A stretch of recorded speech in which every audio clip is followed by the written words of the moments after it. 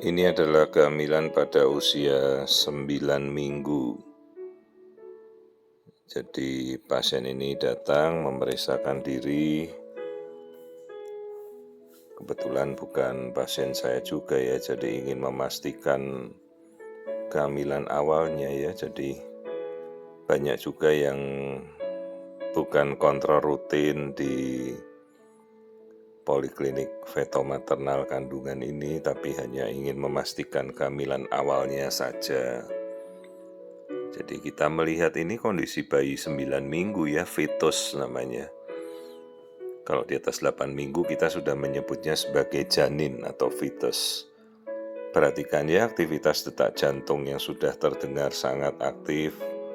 Biasa antara 115 sampai 165. Ya kadang-kadang dia bisa lewat 165, 170 gitu. Perhatikan ini kita rekonstruksi kondisi embrio atau janin ya, kita sudah lihat tadi. Nah ini pertumbuhannya seperti inilah pada sekitar 9 minggu. Tangan tunas kaki sudah terbentuk. Jadi dia dibungkus oleh selaput ketuban. Nah usia hamilnya 9 minggu lebih 3 hari.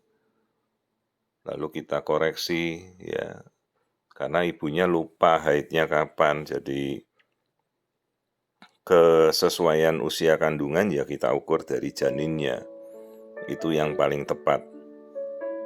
Jadi begitu kita memang tahu haidnya kapan, menghitung usia hamil, ya dicocokkanlah dengan kesesuaiannya dengan janin ya.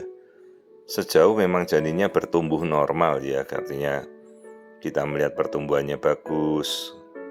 Dengan selalu kalau kita sudah melihat janin atau embrio, maka detak jantung harus sudah terlihat.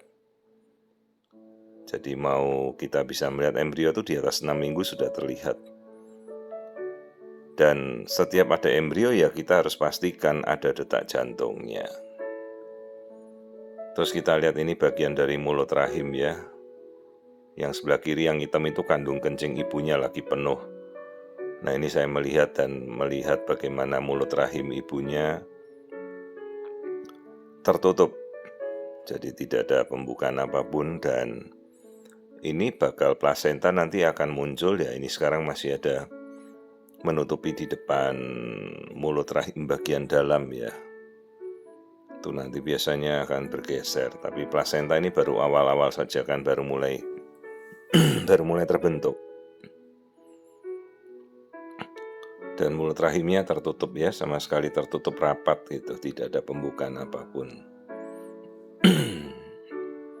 Jadi kalau panjang mulut rahim normal tuh di atas 2,5 cm lah paling pendek.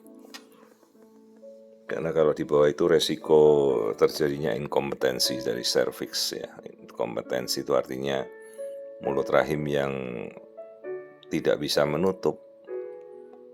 Jadi mulut rahim yang lembek atau soft gitu. Jadi ini mulut rahimnya normal, tertutup sama sekali. Ya, jadi kita sudah lihat tidak ada keluhan apa-apa. Nah ini kita perhatikan elastograf, jadi melihat seberapa soft atau hard, seberapa lembut atau keras dari mulut rahim, konsistensinya itu bisa menahan kehamilan ya. Ini yang kita lihat bagian yang warna biru itu yang hard. Nah kalau yang kuning menuju merah tuh lebih lembek.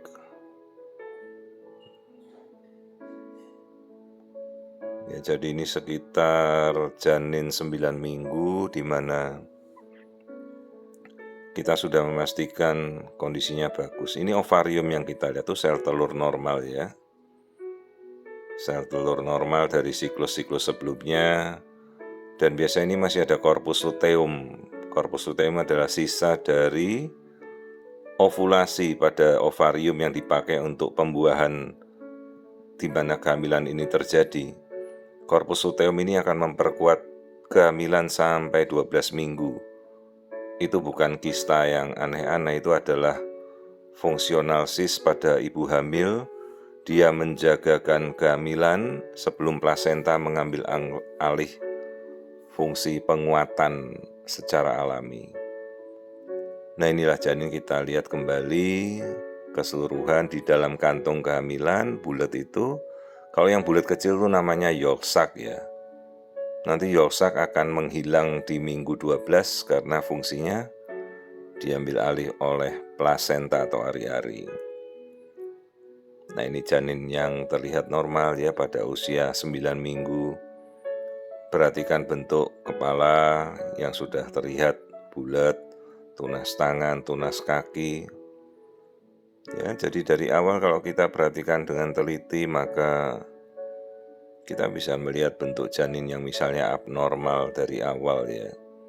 Ini 9 minggu.